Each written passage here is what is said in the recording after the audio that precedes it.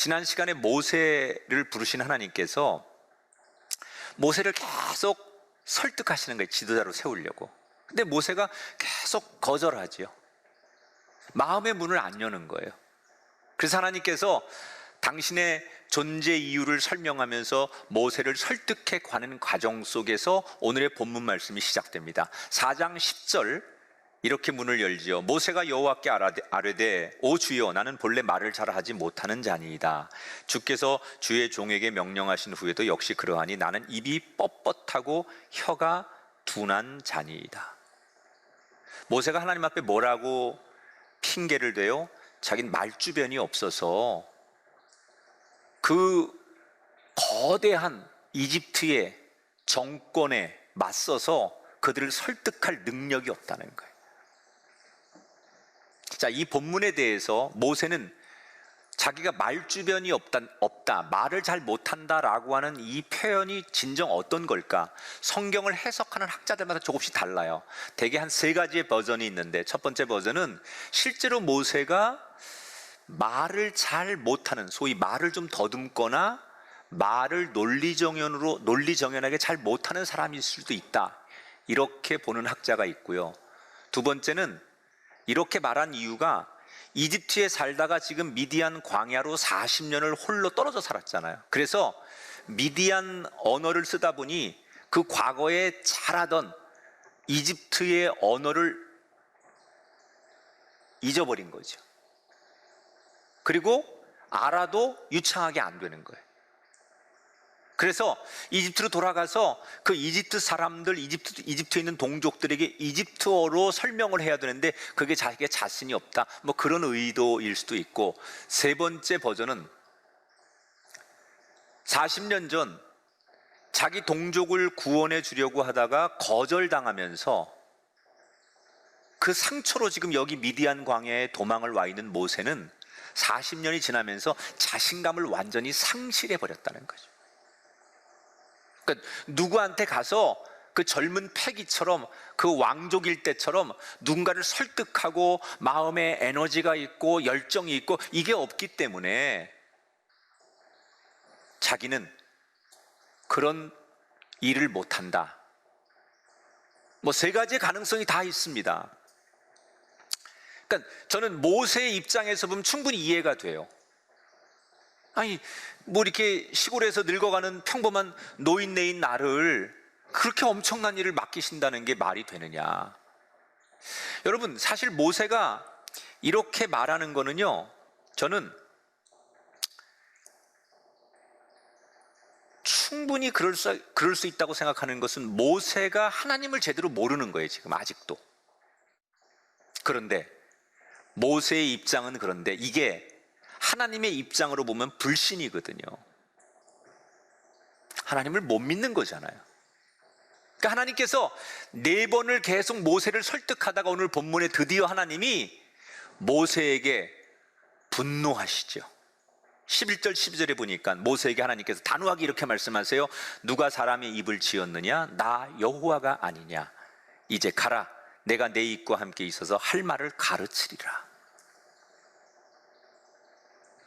하나님 뭐라고 말씀하시는 거예요? 너 섭섭하다. 너 내 능력을 그렇게 못 믿느냐? 여러분, 하나님이 모세에게 하신 얘기를 가만히 들어보세요. 너 가서 해라 이렇게 말씀하신 적 없어요. 네가 가서 처음부터 끝까지 다 해라 그렇게 말씀하신 적 없어요. 하나님이 모세에게 말씀하신 건 2마디예요. 가라, 그리고 전하라예요. 가서 내 말을, 내 생각을 전하라, 그거예요. 하나님. 거기에 다른 인위적인 게 없어요. 하나님께서 네가 이집트로 가서 네 동족들에게 또는 파라오 왕에게 가서 내 말을 전하라, 이게 하나님의 메시지예요. 네가 가서 무슨 행위를 하는 게 중요한 게 아니에요. 하나님이 모세에게 맡기신 건 가서 전하기만 하면 돼요. 근데 모세는 내가 해야 된다고 생각하는 거예요. 가서 전하라고 하나님 말씀했는데 하나님의 메시지를 자기 마음대로, 이게 메시지를 여러분 통역하는 사람들은요, 제일 중요한 게 자기의 생각을 넣으면 안 돼요. 통역하는 사람들의 이 가장 중요한 자격은 그대로 그 말을 그대로 전하는 거예요. 하나님이 주신 메시지를 모세는 자기의 방정식으로 자기의 생각으로 재해석을 하는 거예요. 그래서 하나님의 말씀을 혼돈하게 만드는 거예요.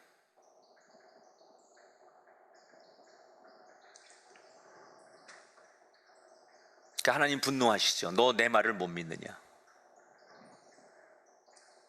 그냥 네 모습 그대로 가라. 나는 네 모습 그대로 널 쓰길 원한다.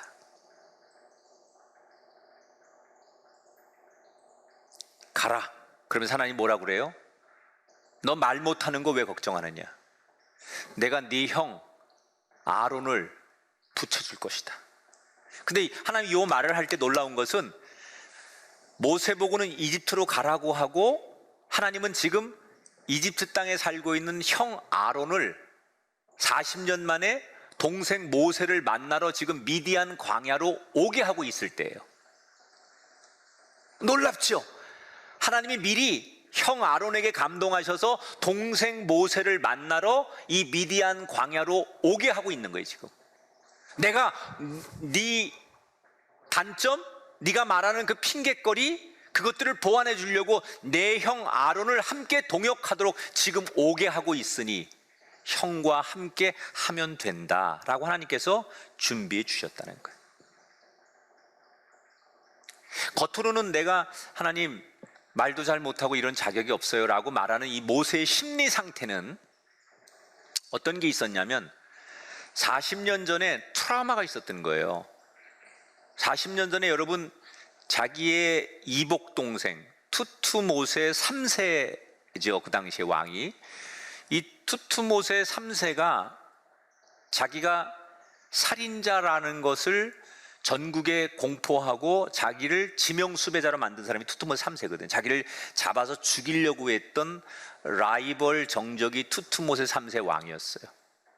근데 그 왕이 무서워서 지금 미디안 광야로 도망가서 40년을 살았는데 다시 돌아가면 그때 자기를 잡아 죽이려고 했던 그 왕이 나를 그때처럼 체포해서 살인자로 죽일 건데 이런 두려움이 있었던 거예요.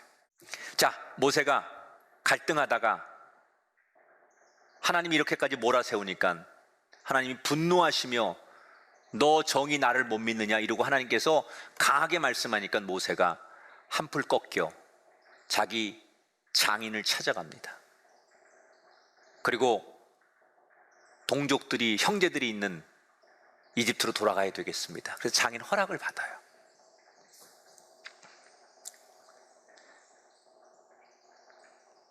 그리고서 장인 허락을 받고 자기 가족들을 데리고서 이집트로 이제 떠나기 위해 모든 짐을 다 준비합니다. 근데 바로 그때 이제 떠나기로 결심하고 어렵지만 하나님의 그 부르심 앞에 내가 부족하지만 아직도 안 되는 조건이 많지만 그래도 하나님 앞에 더 이상 내가 거절할 수 없어서 결단을 어렵게 한 상태에서 하나님이 어느 날 모세에게 뭐라고 말씀하시느냐. 19절에 보니까 여호와께서 모세에게 이르시되 애굽으로 돌아가라. 내 목숨을 노리던 자가 다 죽었느니라. 옛날에 지금 모세는 하나님 앞에 진짜 자기가 두려운 이유를 하나님 앞에 얘기한 적이 없거든요.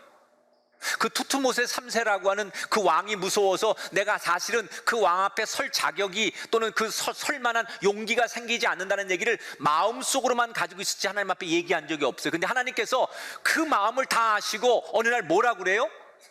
너를 죽이려고 했던 그 두려운 왕은 이미 다 그 사람들은 다 죽고 없느니라.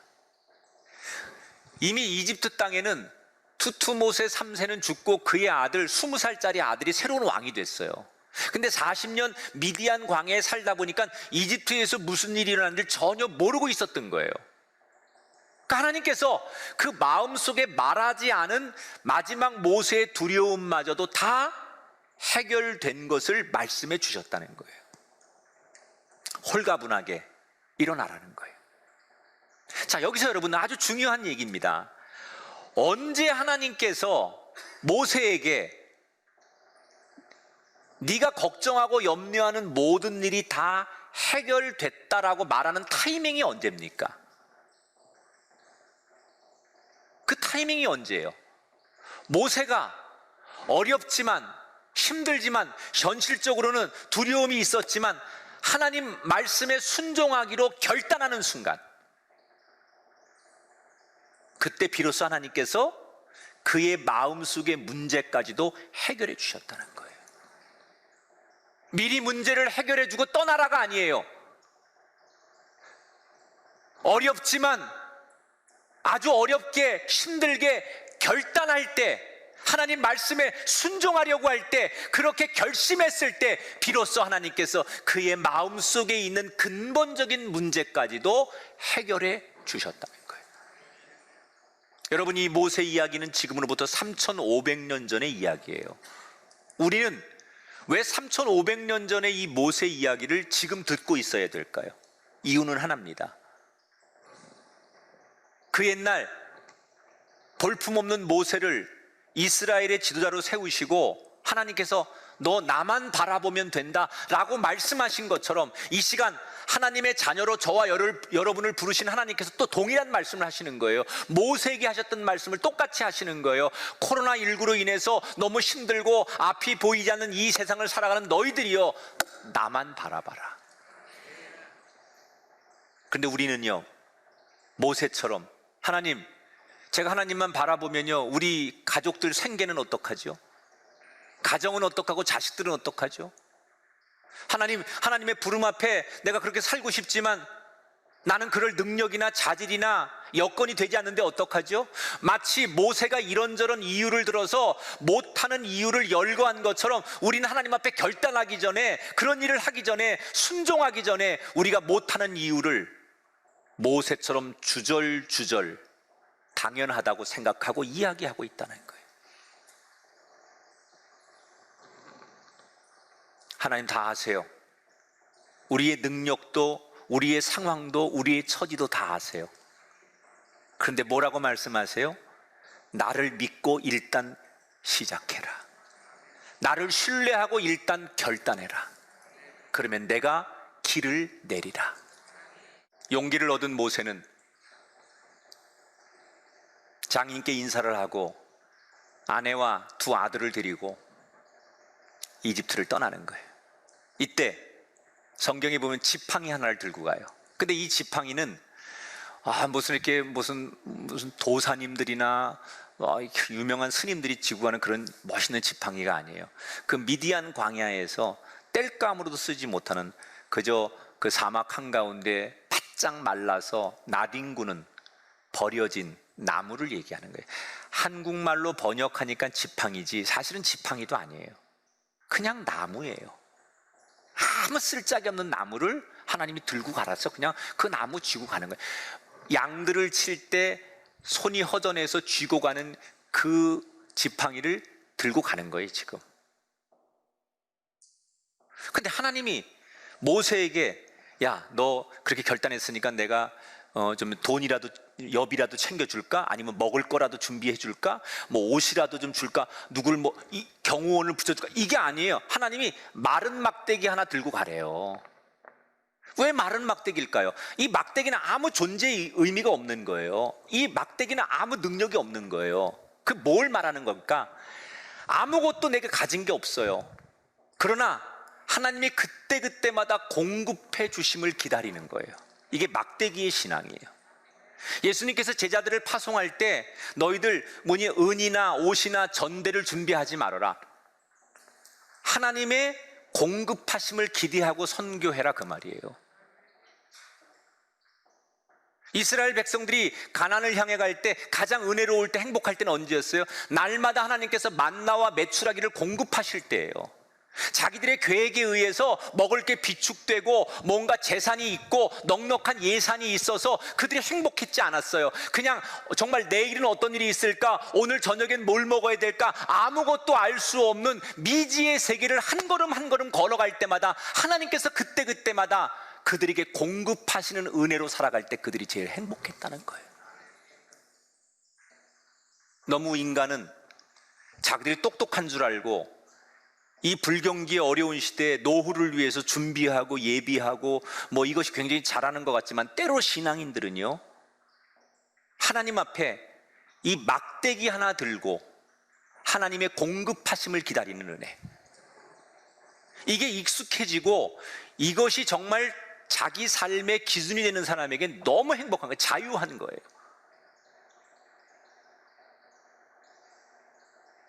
분명히 하나님이 여러분의 인생을 책임지시는 분들에게는 공급의 은혜가 있을 줄 믿습니다. 지팡이 하나 쥐고서 가는 거예요. 그리고 하나님께서 말씀하시죠. 오늘 성경에 21절부터 23절에 보면 애굽에 가면 무슨 일이 일어날 것이고 네가 해야 될 일은 뭐고 무슨 말을 해야 되고 이런 걸 쭉 얘기해 주시는 거예요. 다시 그때 모세가 애굽에 가면 어떤 일이 생길 거니까 내가 뭘 해야 되고 또 어떻게 행동해야 될지를 되새기면서 마음을 다시 점검하는 거예요. 그리고 이제 오늘 성경에 어떤 얘기가 나오느냐, 이 이야기를 여러분 제 설명을 잘 들어야 이 성경이 이해돼요. 이건 글로 읽으면 절대로 이해가 안 되는 부분이니까 설명을 좀 잘 들으셔야 돼요. 그렇게 해서 이제 모세가 이집트로 이제 가는 거예요. 가족들을 데리고. 그러다가 어느 날 날이 저물어 한 여관에 머물게 됩니다. 그런데 그때 그 여관에서 그날 밤 잠을 자다가 갑자기 하나님이 나타나셔서, 성경대로 표현하면 하나님이 갑자기 나타나셔서 모세를 죽이려고 한다 이렇게 써 있어요. 자, 여러분 이해가 안 되잖아요. 하나님이 그렇게 모세를 몇 번이나 설득해서 겨우 모세를 부르시더니, 아니 이제 이집트로 사명을 감당하러 가는 모세를 왜 그날 밤에 죽이려고 하시는 걸까? 이게 글로 읽으면 논리가 성립이 안 돼요. 이거 어떻게 풀어야 되느냐? 그의 아내 십보라의 행동을 보면서 풀어야 돼요. 자, 하나님이 모세를 죽이려고 했다. 어떻게 죽이려고 했는지 성경에 나오지 않지만 제가 성경을 공부하면서 생각하는 건 이런 거였을 것 같아요. 하나님이 무슨 갑자기 나타나서 모세의 목을 조이면서 죽이려고 했던 게 아니라 그날 밤 갑자기 막 식은땀이 나고 호흡이 안 되고 심장이 멎을 것 같고, 아니면 갑자기 고열이 나고 도저히 막 잠시도 어떻게 앉아 있을 수, 누워 있을 수 없는, 막 온몸이 금방 오늘 밤을 넘길 수 없을 것 같이 갑작스럽게, 여러분 우리 갑자기 요즘 현대인들도 무슨 폐렴이 오거나 급체가 오거나 뭐 그러면 죽을 것 같은 그런 걸 느끼잖아요. 그러니까 아마도 모세가 그날 밤 여관에 들어갔을 때 몸이나 컨디션이 안 좋아서 굉장히 몸에 이상이 와서 사경을 헤맬 만큼 내가 이러다 죽는 거 아니야 라고 느낄 만큼 모세가 고통스러워했다는 거예요.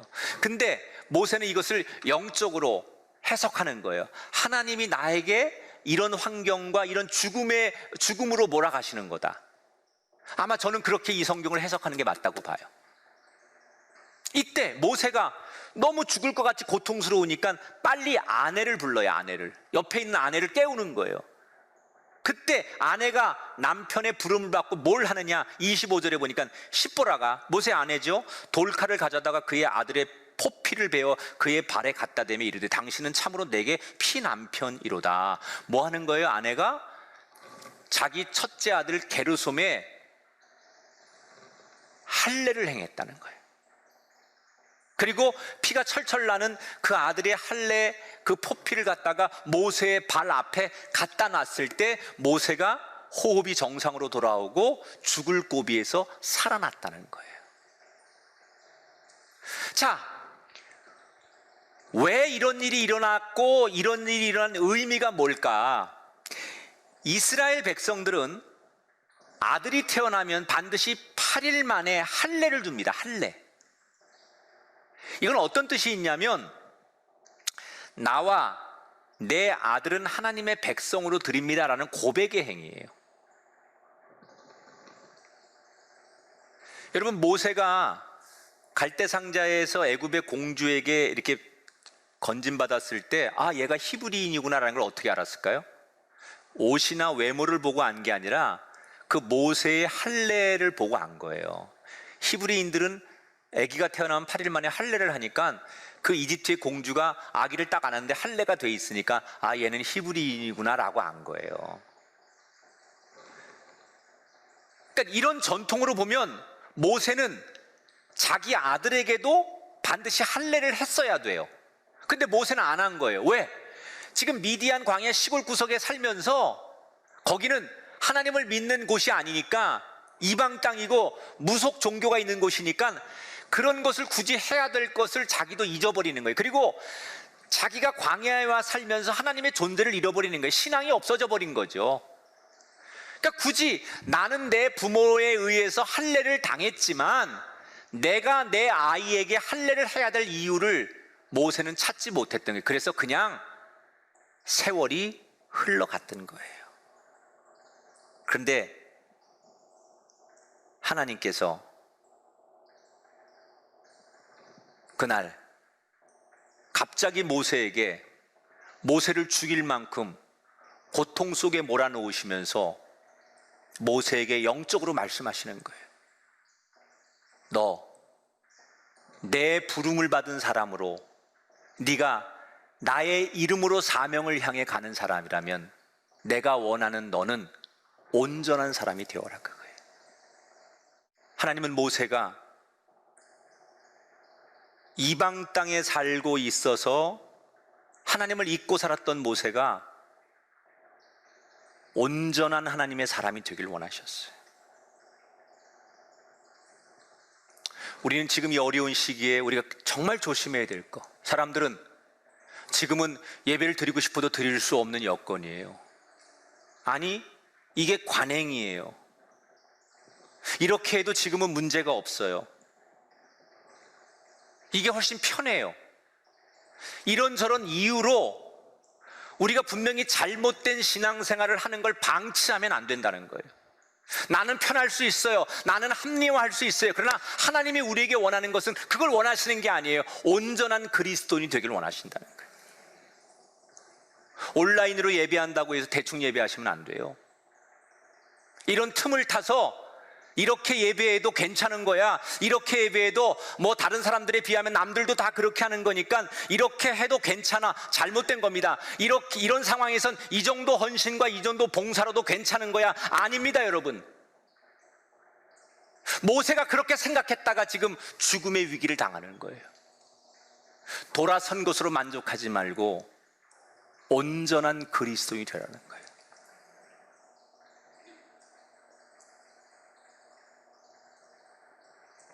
우리는 지금 우리에게 펼쳐진 이 상황 앞에서 혹시 모세가 내가 안 가려고 하다가 하나님 앞에 순종한 것만으로도 대단한 거 아닙니까? 내가 결단하고 이집트로 가기로 순종하고 결심한 것만으로도 하나님 내가 대단한 거 아닙니까? 이 정도의 스스로의 만족을 가지고 살아가는 모습이 내 모습은 아닐지 돌아보셔야 된다는 거예요.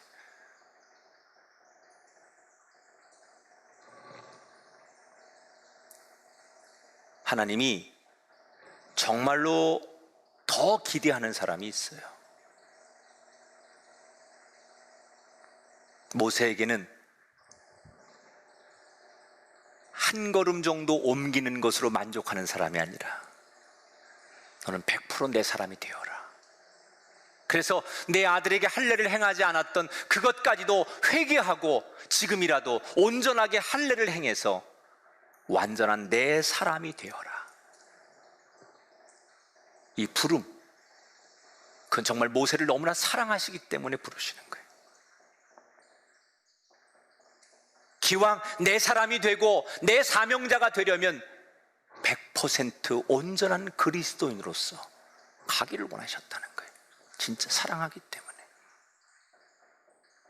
오늘 혹시 그 부름이 나에게도 임한다면 그것은 하나님이 나를 편견하시는 것이 아니라 나를 절대 사랑하는 건 줄 믿으시기 바랍니다.